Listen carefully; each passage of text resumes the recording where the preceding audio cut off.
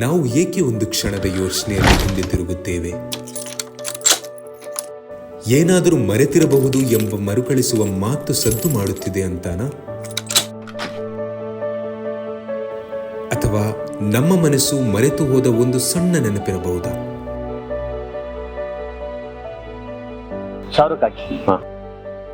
ಒಂದು ವೇಳೆ ಯಾರಾದರೂ ನಮ್ಮ ಹಿಂದೆ ಏನಾದರೂ ಮಾಡುತ್ತಿದ್ದಾರೆ ಎಂದು ನೋಡಲು?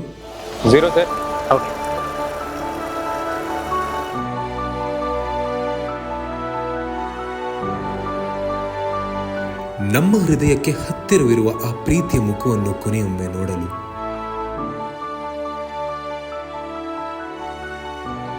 ಅಥವಾ ನಮ್ಮ ಪ್ರೀತಿಯವರು ಸುರಕ್ಷಿತವಾಗಿ ತಲುಪಿದ್ದಾರೆ ಎಂಬುದನ್ನು ದೃಢೀಕರಿಸಲು?